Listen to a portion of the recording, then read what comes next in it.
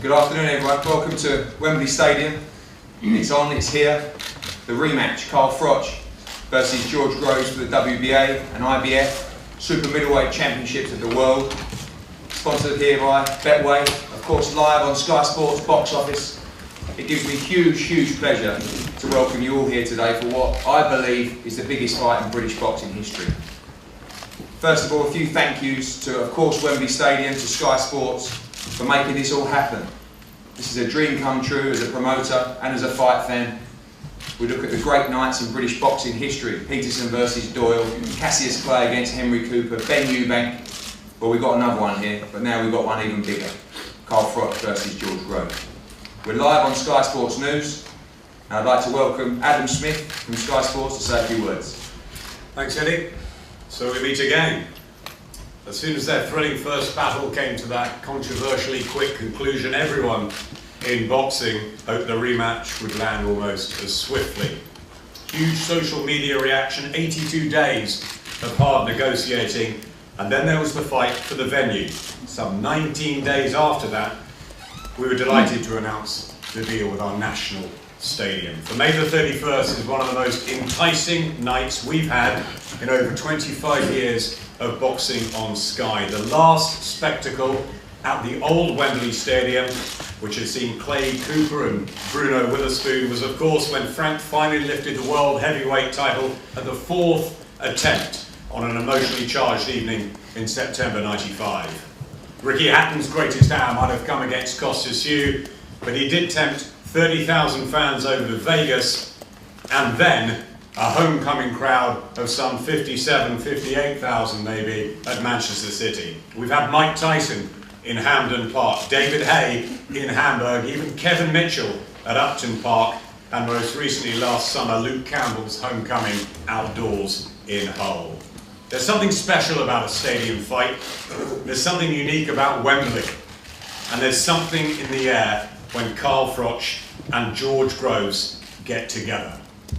Their warrior mentality, their diverse personalities. Sometimes you need a dance partner, however much you detest them, to bring out your very best. Froch Groves too has people talking on the streets like no other fight I remember domestically in over a decade. It's the perfect rematch in the perfect setting, and it should be one of the stand-out sporting events of 2014.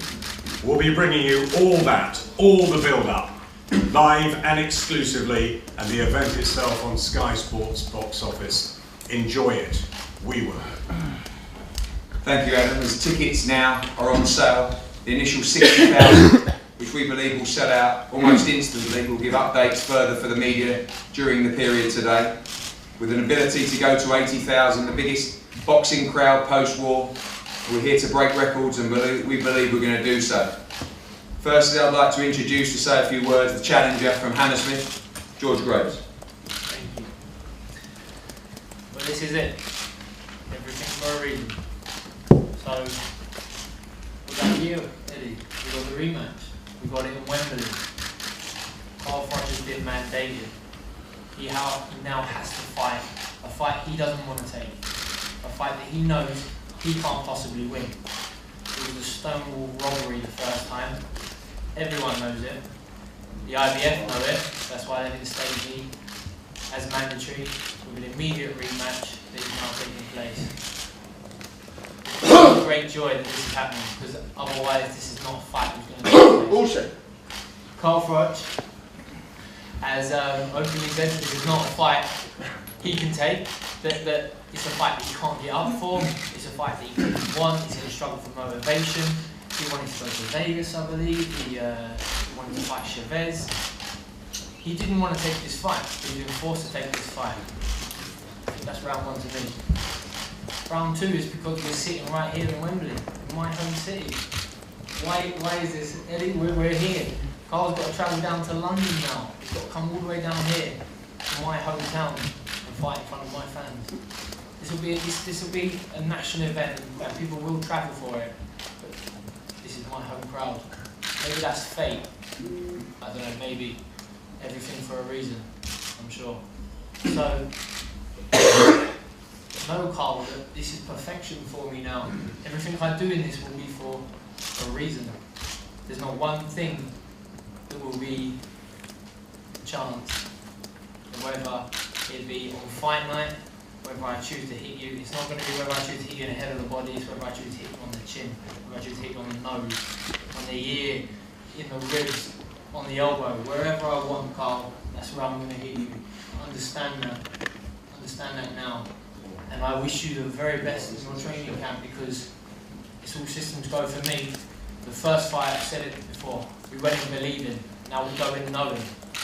And more importantly, Carl FROCH knows. You know, there's nothing you can take from the first fight. Absolutely nothing, apart from the gift that was given in the 9th round by Howard Foster. He had nothing. He was totally spent. This time round, he's going to have to go into camp and look to his trainer, Rob, who I've got a lot of respect for, but Rob's somehow going to have to figure out what he can say to Carl that's positive from the first fight, because there's nothing. I don't have a clue how they're going to prepare for this fight. I wish him the very best. He's certainly going to need it. Thank you, George. And straight over to the 4-time champion of the world, IBF and WBA super middleweight champion, Carl FROCH. Afternoon, everybody. Wonderful turnout. Thanks for coming to what looks to be one of the biggest fights in British boxing. As Eddie's already said, I'm going to echo a few things he said in the last 10 years. Fantastic stadium, Wembley, doesn't get any bigger than this. Platform for boxing, for myself to showcase my skills on this platform. I'm just so excited. Sky Sports box office and Wembley Stadium, it doesn't get any bigger than that. So to begin this opportunity, I'm sure George Groves feels exactly the same. It's a wonderful opportunity that we have to take with both hands. I'm excited that you know, this opportunity has come along at this time of my career, because you know, I've been a pro over 10 years, and to fight in an outdoor event of this magnitude, the last time I can remember was watching Ricky Hatton against whoever was boxing at a Man City ground. It was over 50,000 fans, and I can remember looking over my shoulder and seeing a carpet of people and thinking to myself, wow, this is amazing. Will I ever get this chance to fight in front of this many people in an open air event from my career? Probably not, but it looks like now I am doing, and that for me is very humbling. I've had an unbelievable break over Christmas and New Year with my family. I've got a chance to meet my newborn baby girl, Natalia. She was born just before the Mikhail Kessler fight, actually. So I didn't get much time to spend with her. And then straight after the Mikhail Kessler fight, I went into a dance tournament, you all know about. And then I was from that straight into the first fight with George Groves. So there was a 6 and 7 month, maybe an 8 month period there where I was just busy, work, busy, I didn't have time. So Christmas and New Year for me, I've had some bonding time with my baby girl, spent some family time. I've been at home, changing nappies and night feeds. Let me tell you, that's overrated, but I've enjoyed it. And you know, I've missed the gym, I've missed boxing, I've missed hitting the bag, I've missed listening to Rob and, you know, working hard on the road run. And that's bad news for George Groves, because I'm now excited and looking forward to getting back in the gym and getting in the ring on May 31st and doing the business. The last time, in fact, I felt this mentally switched on, focused, happy and confident was the build-up for the Lucha and Butte fight. And we all saw what happened there. So, like I said, I'm just enjoying it, so everybody else should enjoy it. And Wembley Stadium, wow. Thanks, Carl. We're going to hear now from the trainers from each camp. Firstly, Paddy, I'd like to invite you to say a few words. Eddie, thanks. I don't have too much to say though. May the best man win on the night. Fight everyone's looking forward to. It's good that it's getting done. Thank you, Paddy. And Rob, a few words about the fight. Yeah, obviously it's going to be a massive fight. Obviously it's going to be a massive fight. It's going to be huge for British boxing. I mean, you're only as good as your last fight in British boxing, and Carl will be the first to admit he wasn't great in his last fight. Having said that, he finished like the Carl we know, and you know, 7, 8, 9, the fight took a change, and Carl FROCH looked very strong and and on his way to success in round 9. But that's by the by. The fight's on. It's a fight Carl was going to take again. It's a fight I was going to take again for Carl. There was a lot of to and fro, and this happens in the sport. But make no mistake about it, Carl Froch was going to box George Groves again. It wasn't about being mandated. It wasn't about anything. It's about him deserving a rematch, which we agree with. Carl deserving the right to try and finish the job second time round. So it's going to be a great fight. It's going to be great for British boxing, and we're going to look forward to it. Thank you. Thank you. Just a couple of other quick thanks. Obviously, we know this fight on sale at 12 o'clock today through C Tickets. Thank you to our official ticket provider, of course, Betway, Lonsdale, HBO, our partners. This will be live across America and also around 100 countries around the world. This is a huge event, and thank you to all those involved. We're going to go to the floor now for some questions. I believe Sky Sports News have some for us. Thank you very much, Eddie. Good afternoon, gentlemen. Quite the build-up. Let's start by picking up where the last fight left off. George just referred to it as a stonewall robbery. Carl, what would have happened had Carl Crawford not stepped in? I think everybody's entitled to an opinion on that fight, and we've heard numerous opinions, and to me it's 50-50 split. What I think about the stoppage is totally irrelevant. All I know is it was controversial, and that's why we're here today, and that's why the rematch is happening. So let's enjoy it. It's not going away. It's happening May 31st, and there's going to be no question marks over the stoppage this time, let me tell you. George, if you finish your Rubik's Cube, can you tell us what you think would have happened? Yeah, it would have. It's all down to ifs and maybes, and Carl was trying to do his best to bring up these ifs and maybes. Rob as well is, for want of a better word, lying through his teeth. I mean, 7, 8 and 9, he lost the 7th. He could have given the share of the 8th, and that's me being on Carl's side, and he got buzzed at the start of the 9th. He landed a couple of shots in the 9th, and the referee jumped in prematurely. That was the only bit of any success Carl had in that fight. And this isn't the fight Carl wants to take. McCracken said straight after the fight, in his post-fight press conference, that it wasn't a fight they wanted to take back then. And yet it's a fight they want to take now, after what they know and what they saw the first time. This is perfect for me. As I say, I don't believe in fate, but I do believe in everything for a reason. Maybe I had to go through that stonewall robbery up in Manchester just to bring the title back to London, and change of guard to the younger blood here in London on the biggest stage at Wembley Stadium in what I hope will be the biggest fight in British boxing history. And I'll be the first to pat you on the back, Eddie, for your hard work. It's fantastic for it that it is here at Wembley. Logistically, it looks impossible, but for some reason it's happened. You know, Eddie's grafted to get it here. I don't know, maybe Eddie looking to the future, you know, looking to build me, and he wants to work with me here in London. So out with the old, in the new, that sort of thing. And ironically, Eddie, it was about a year ago that you tweeted saying that this fight was medically unsafe, and I pulled you on it at the time. But John, you might just be right, because come May, this fight may be medically unsafe. I know Paddy's expressed his his concerns. He's actually put a letter into the board, I think, making sure that Carl Froch is fit to box, because it took one hell of a night. It took one hell of a beating up in Manchester in November, and I wish him the very best. Carl, are you fit to fight? Is it medically unsafe? Well, actually, I've got to go through my medicals, so I can't officially answer that yet. Eddie's looking worried. We have an annual medical, we have an annual brain scan, we do what we need to do, and I think we all hope that when we fight, everybody comes out of the ring very, very safe. You know, I don't like to talk about injuries and being medically not right, because you don't want to tempt fate, and you don't want to talk about what can be a very, very dark side of boxing. I'm fit, strong and ready. At the ripe old age of 36, I will be ready. May 31st, question marks, there won't be any. Looking forward to it. You should all enjoy it. It's going to be a fantastic event. You should all enjoy it, and enjoy me while I'm here. I echo Carl's words. It will be a fantastic, fantastic event, and everyone who tunes in will be on for a great journey and a great ride. I hope everyone gets involved and summed up well, Carl. You know, he's not here for long. So.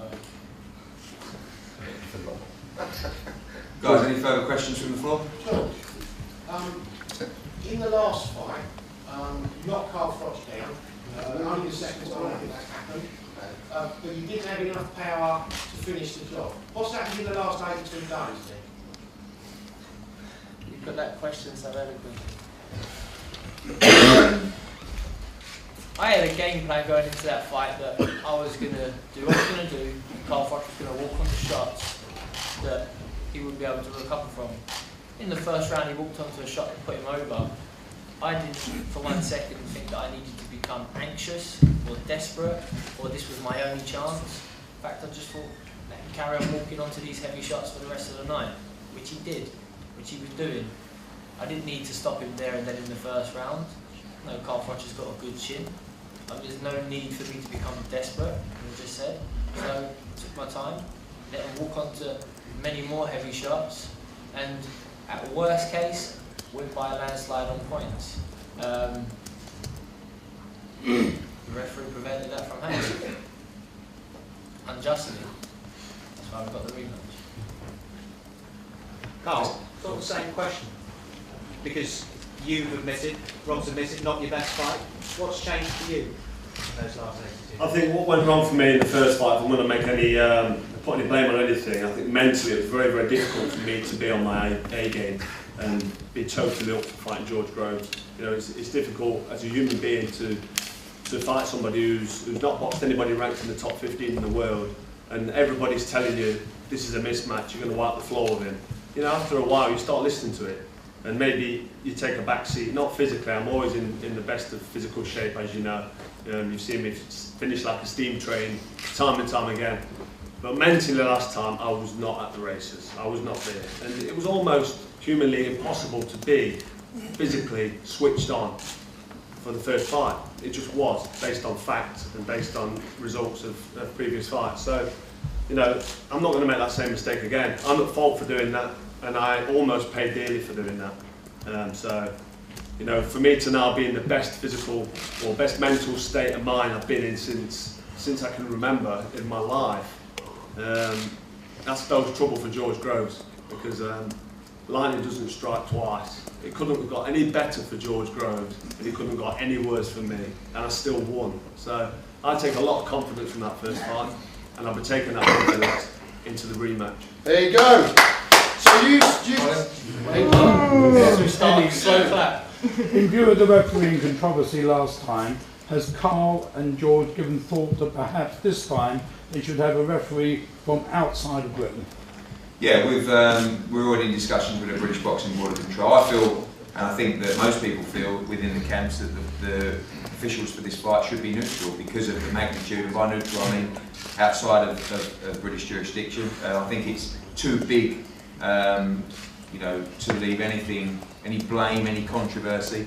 We had the controversy of the first fight, and you know, I do feel for Howard Foster. I think he's a top-class referee, and I think he made a decision that he felt was right on the night.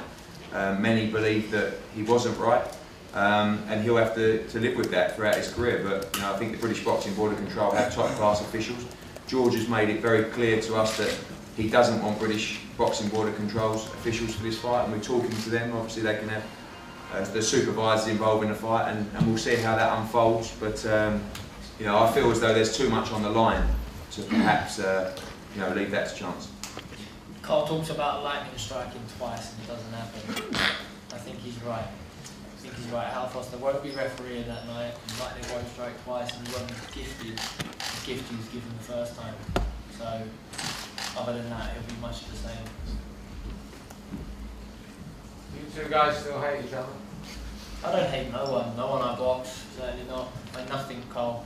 Nothing. The same as all my opponents. I don't like him, I don't dislike him. I just go about my business.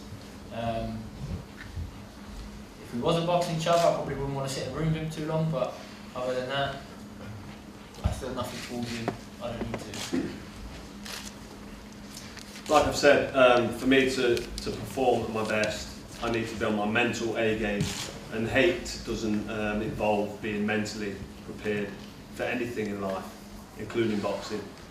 So You know, just watch a relaxed, cool, calm, and composed Carl FROCH do the business at the end of May. Carl, how would you surmise George's behaviour after the first fight? I don't really have an opinion on that. I mean, George Groves behaved how he's behaved. He's done what he's done to, in his own mind, get to where he's got. So, fair play to him. Let him carry on doing what he's doing. I've got absolutely zero interest.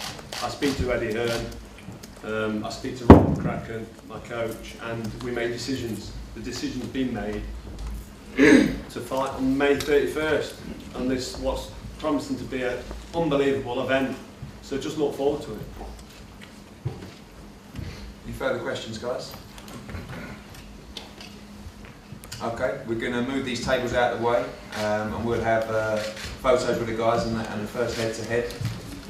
Thank you very much for your attendance, May the 31st.